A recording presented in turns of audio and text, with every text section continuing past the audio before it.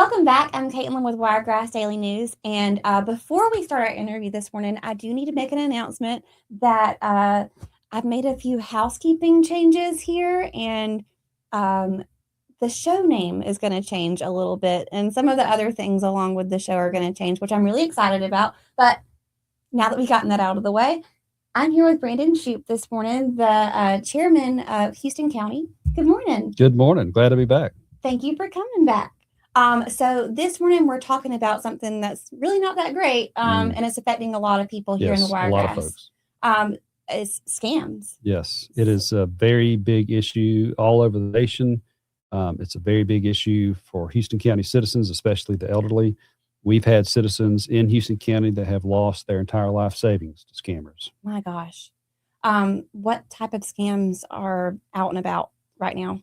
Well, the one that I'm here primarily to talk about today is people calling on the phone and pretending to be Houston County deputies. They use real, actual deputy names. They use Sergeant Herring, which he's been promoted now, but they use his name a lot because he's a well-known deputy. They use Deputy Anderson. He's no longer with the Sheriff's Department. He's actually retired, but they don't know that. They just see his name online or whatever, and they still use it. Right. So they use people's names that you're familiar with, and they say, hey, this is Sergeant Herring, for instance, and you missed your court date and you need to pay us $500 or $1,000 or $3,000. It ranges. Right. And if you don't do that right now, I'm going to send a deputy over there to arrest you. That's the scam. Right. And I've heard from a few of my clients that aren't elderly, but they've gotten these calls and they, have told me that the person on the phone, they sound like they're from Alabama. Yeah. They sound like they're from Dothan.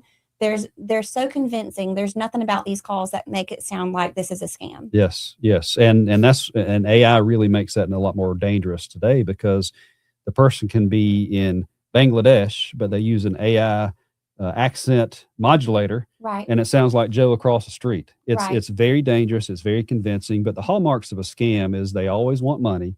And it's always urgent.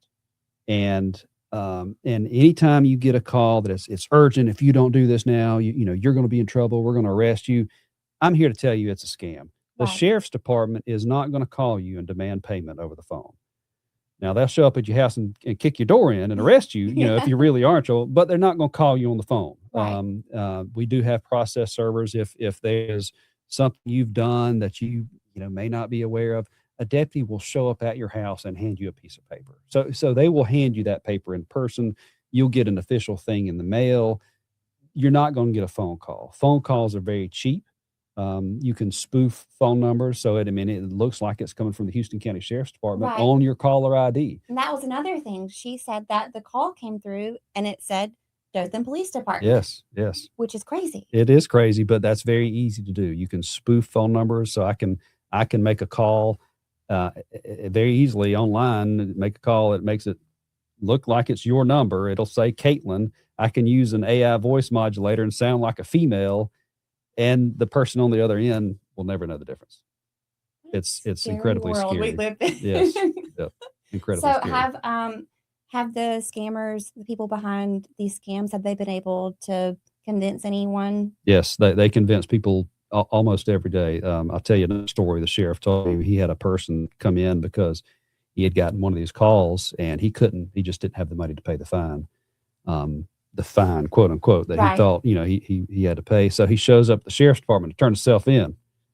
And, everybody's like, we're not looking. I don't know. What's going on here? Is just totally confused, and come to find out he had been scammed. And luckily, he didn't have any money to give this person, or he would have lost it.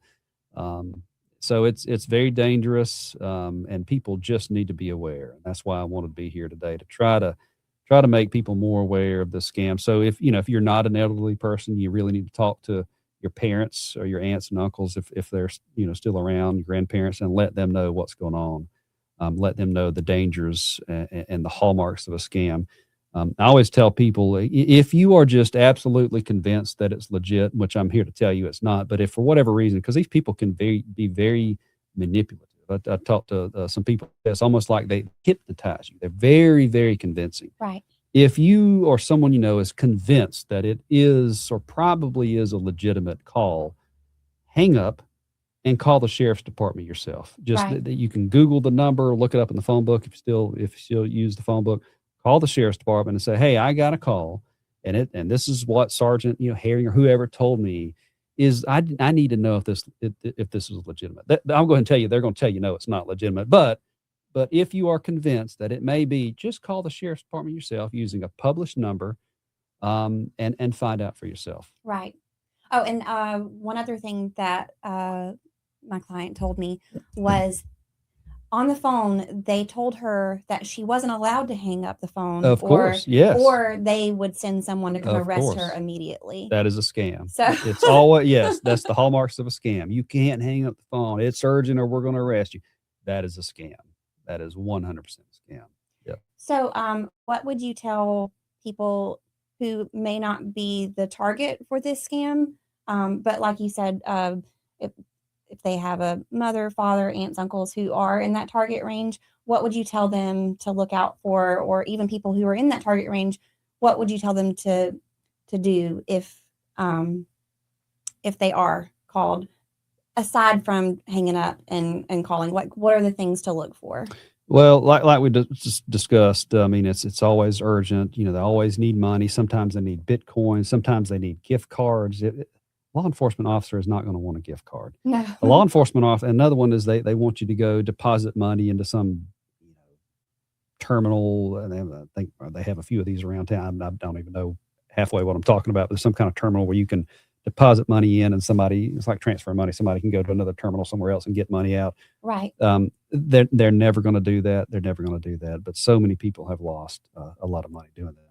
One thing that I've had to do, and unfortunately, is if I get a phone call, and I have an iPhone, there's probably a way to do this on an Android as well. But if I get a phone call and it's from an unrecognized number, a number that I don't have on my phone, it automatically goes to voicemail. And I hate to do that. That's what mine does. Because I want to be accessible to everybody. But I get literally 50 calls a day, sometimes more, from people trying to sell me things, from people trying to scam me. And, you just can't, I can't answer the phone, Right. 50 times a day. So if it's important, they'll leave a voicemail. I'll look at the voicemail and I'll call them back. And so, if you are a technically savvy and you can figure out how to do that, consider getting the phone for your loved one and just having all the unrecognized numbers go straight to voicemail. Yeah.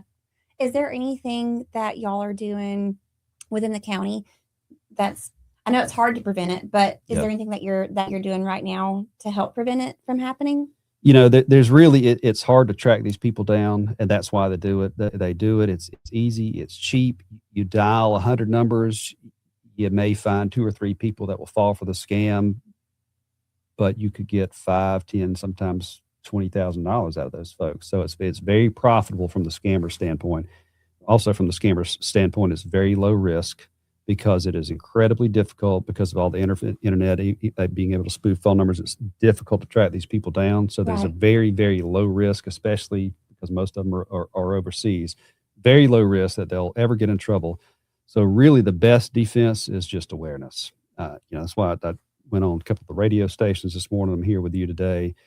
So if you are reading, if you are listening to this or watching this podcast, and you don't think you can fall for a scam, I mean, they can be very convincing. But talk to your loved ones. Mm-hmm. Talk to your loved ones about this, because just awareness is the best form of medicine as it relates to scams. Absolutely.